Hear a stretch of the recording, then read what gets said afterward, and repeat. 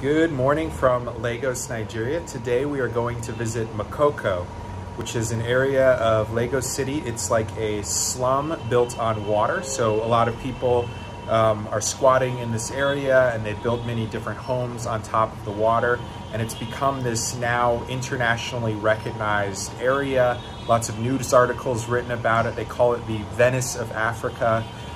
There's a lot of people that do fishing there. One of the largest fishing markets in all of Africa is there. And so we're going to be checking out this place, seeing how the people live, all on the water, even though they're in the city. So it's quite an interesting area. And so we're going to be exploring that and showing it a little bit to you.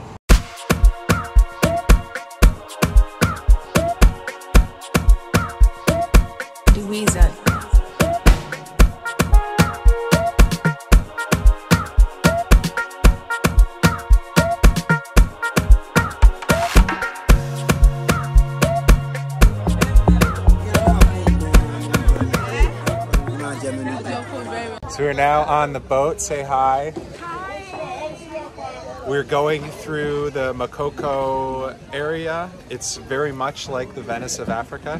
So we've got our guy back here pushing along. It's like we're on a gondola ride. But unlike Venice, there's a lot more people here. A lot of things going on, small businesses, people fishing, people selling things. Quite a lot of people live back here.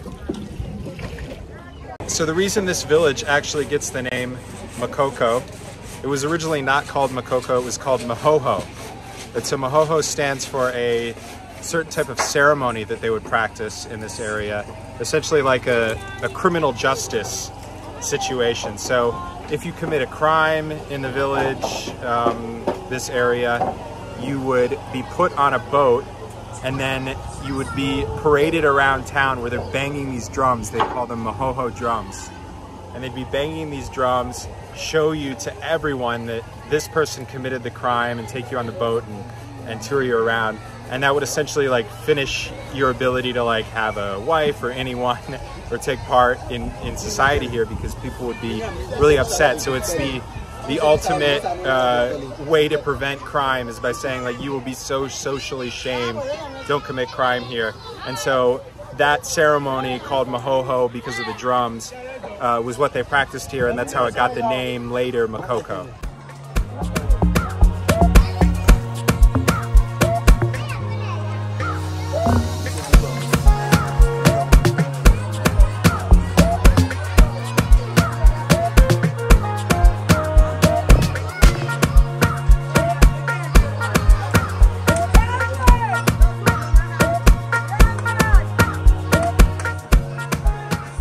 Many of the people that live in this village are actually from Ogun state, which is the state to the west of Lagos. So it borders the Benin border there. And so some of the people are Beninese as well, kind of, or from the Nigerian side.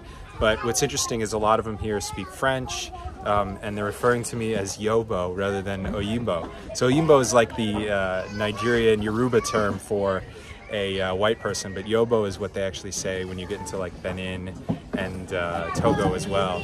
And so it's really strange to be in Lagos and then you start to hear these languages that are from people that live in Benin. So we actually got to meet with the chief of this area, not actually the chief, but his son.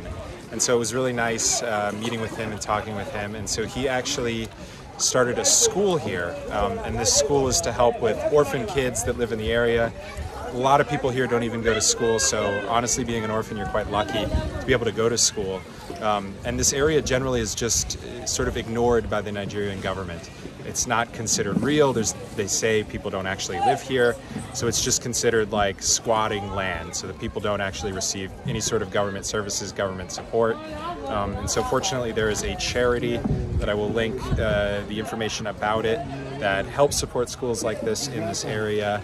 But it was really interesting speaking with them, learning more about the challenges they faced. There was actually a situation once where the Nigerian government decided to evict all the people from this area, and they gave them a 72-hour notice.